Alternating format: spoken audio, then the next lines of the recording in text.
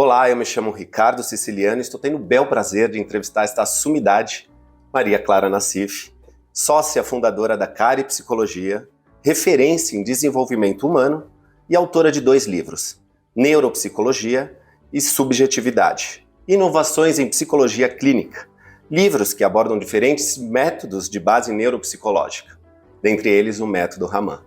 Maria Clara, conta aqui um pouquinho pra gente, discorra o que é esse método Raman. Bom, a princípio, para falar um pouquinho do método Raman, eu preciso falar da minha história clínica, porque eu iniciei a minha formação clínica com Simone Raman e Germain Fajardo. E para nós iniciarmos essa formação, nós passamos pelo próprio método, quer dizer, nós vivemos uma formação através de exercícios, porque este método é constituído de exercícios. E ali eu percebi um salto, vamos dizer, qualitativo, porque não se tratava de obter um determinado resultado com aquele exercício. Se tratava de perceber como eu lidava com aquelas demandas que chegavam a mim. E eram demandas assim de ordem cognitiva, motora, envolvendo todas as funções, vamos dizer, superiores, memória, atenção, organização, planejamento, mas, sobretudo, criava um engajamento no qual eu precisava estar presente para conseguir equacionar aquilo que o exercício solicitava. Portanto, não se tratava só de uma questão, como se aprende em matemática, uma soma ou uma subtração, que são buscas, né? Quando você resolve um problema de matemática, você tem referências desta área, enfim, de orientação espacial, temporal, de quantidade, para resolver aquele problema. Mas lá eu vi que tinha algo diferente, e isso me cativou muito a começar a me dedicar ao método Raman, porque cada exercício me envolvia como uma pessoa inteira. Não era uma realização que eu tinha que encontrar uma resposta. Para encontrar essa resposta, eu tinha que dialogar comigo. Não, eu acho perfeito. Eu sou bem leigo no assunto, confesso, mas isso me geram dúvidas também que podem favorecer. Pelo que você me explica, ao mesmo tempo você traz essa solução, mas também não deixa de ser um aprendizado para você, constante. Porque, pelo que você me explica, são situações distintas, onde algumas podem levar 1, 2 meses dentro desse método, outras 6. Explica um pouquinho mais que diferencial traz isso, já que é atemporal, o método Raman. Olha, eu vou tomar uma palavra que você falou que eu acho importante. É claro que as pessoas aprendem, mas o objetivo do método não é o aprender, é aprender a aprender, é criar condições mais favoráveis do ponto de vista de harmonia das funções cerebrais, né, delas trabalharem de modo síncrono, e realmente esse é o grande, vamos dizer assim, a grande diferença do método Raman, porque as funções são sempre solicitadas, o que se chama em neuropsicologia de modo multimodal. Então, para chegar a uma determinada resposta, vamos dizer, mobilizado muitas funções, são mobilizadas muitas funções cerebrais, no sentido de que elas venham a se integrar numa resposta adequada. Quer dizer que aquilo que é o resultado decorre de um movimento, digamos assim, de grandes fatores da personalidade: o cognitivo, o motor, o emocional, porque eu tenho que tomar decisões enquanto eu estou fazendo o exercício, vou por aqui, vou por ali. Que caminho se leva? Que caminho me leva a buscar essa resposta? E, sobretudo, também social, porque o trabalho é em grupo. Então, às vezes a gente está trabalhando, eu me lembro muito disso, e eu achava que o caminho que eu estava, vamos dizer, caminhando ali para chegar a um resultado, de repente alguém fazia uma pergunta que fazia com que eu refletisse. Puxa, será que é isso que eu estou pensando? Porque a pergunta dela me leva para outro parâmetro. Entendi. Entendeu? Então esse processo é muito mobilizador, porque você se envolve inteiro, e como a vida. Na vida você nunca está só. Você tem demandas a resolver todos os dias, e você está sempre ligado a outras pessoas. Isso Nós estamos mágico. sempre inseridos num ambiente. Então, tudo isso assim, cria uma certa turbulência durante a realização do exercício, que é como se passa na vida. Ou, às vezes, uma criança na sala de aula. A criança está na sala de aula e o que acontece? Uma criança, um colega está brincando, outro está jogando uma bolinha de papel no professor, o professor está falando, o professor pede para pegar um livro e abrir na página tal. Então, uma simultaneidade de situações dos quais a pessoa precisa aprender a selecionar, a ter o foco para poder se desenvolver. E tira uma outra dúvida, quais seriam as principais diferenças entre os métodos tradicionais e o método Raman? Em relação à sua pergunta, Ricardo, eu gostaria de não fazer essa comparação, porque métodos você nunca pode comparar na medida em que você tem que ter qual é o objetivo da demanda pela qual aquele método está sendo utilizado, né?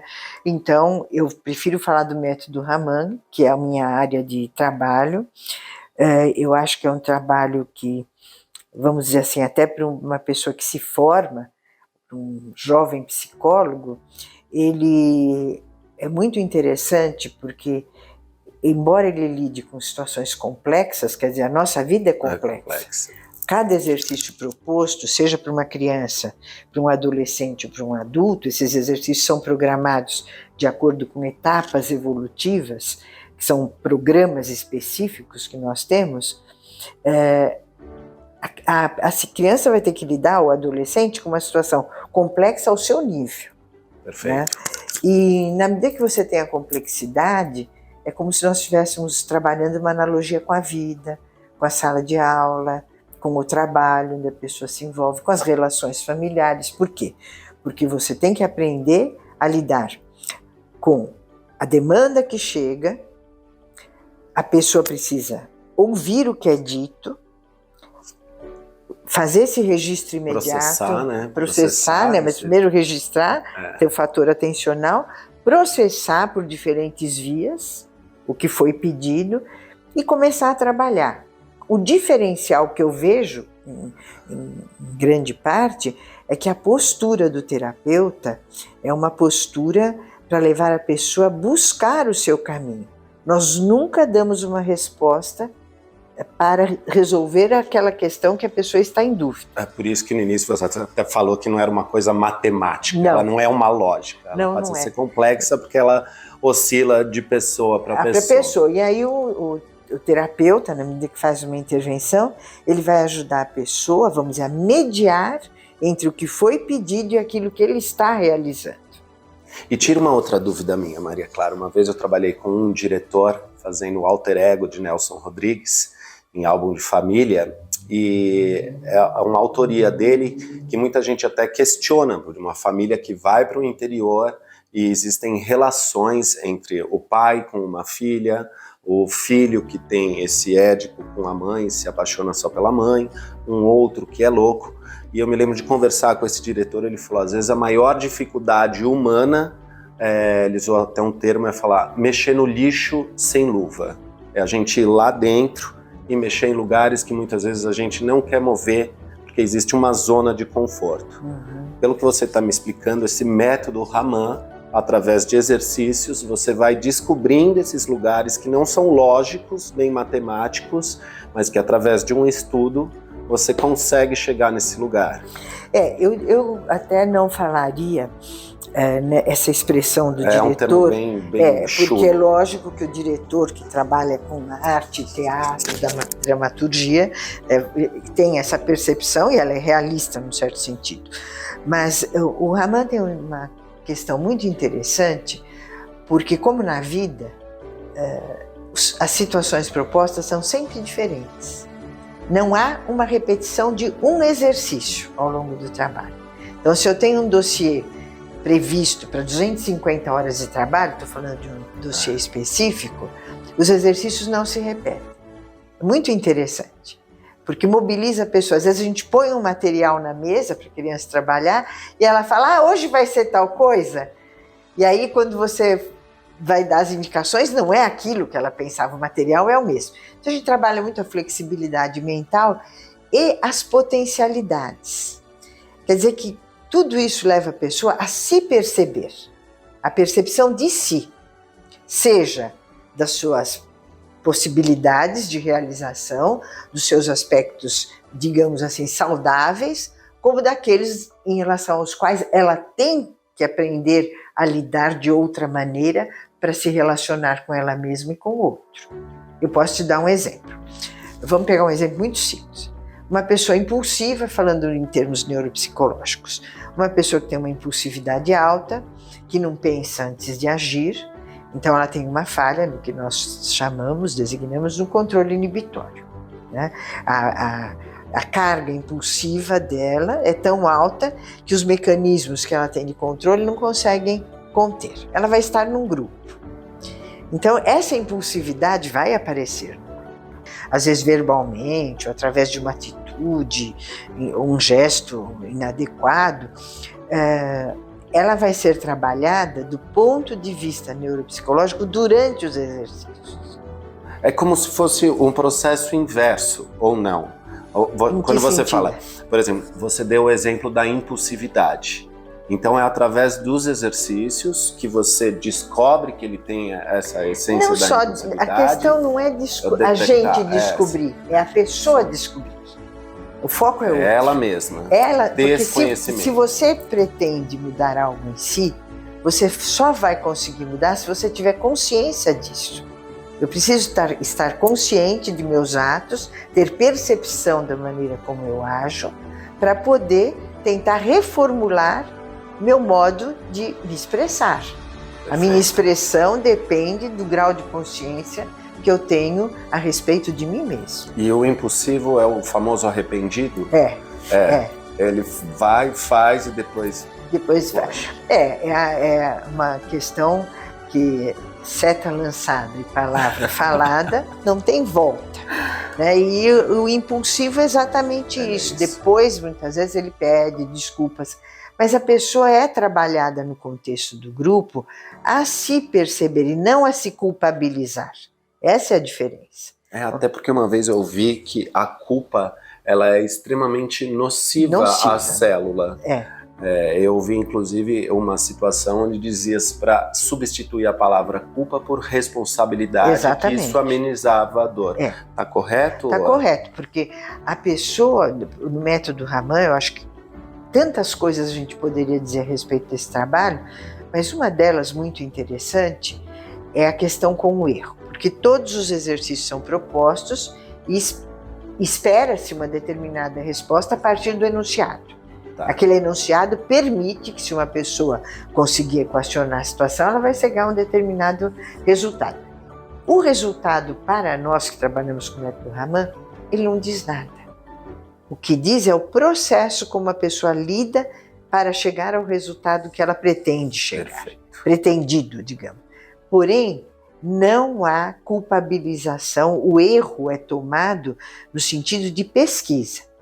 Isso aqui ficou errado, tá tudo errado. A pessoa muitas vezes se julga de um modo severo. Então, assim, mas onde você está achando que está diferente do que foi pedido? Aqui. Então, nós tivemos um caso de uma criança, é interessante colocar isso, que era uma criança de 7 anos, era um ditado de fotos, e que a terapeuta tirava uma foto de flores, muito parecidas entre si, e a criança devia selecionar do seu maço de fotos uma semelhante e colocar sobre a mesa numa determinada organização. E essa foto era retirada do campo visual, assim que a terapeuta mostrasse. Quando eles iriam pegar no envelope, eles não tinham mais o modelo. Então envolvia uma memória imediata, atenção, né? E outros fatores, claro, de percepção, etc. E uma criança, eu estou aqui enfocando a questão do erro, foram mostradas 16 fotos. Ela errou uma, portanto ela acertou 15. Ela ficou irritadíssima e frustrada porque errou uma. Então, assim, uma penalização diante de um erro, né? Que se a gente lidasse, vamos dizer, no sentido quase que escolar, como muitas escolas fazem, de correção, seria um problema a corrigir, mas a gente não lida isso. O que a terapeuta mostrou para ela? Escute, quantas fotos eu mostrei? Sim, sem dizer nem A nem B. Bom, mostrei 15, nós temos 16 fotos. Quantas você fez que correspondiam ao mostrado? Veja que eu não uso certo e errado. Entendi. Quantas você fez que correspondiam ao que foi mostrado? 15. Então, acabou. Você traz o foco para aquilo, né?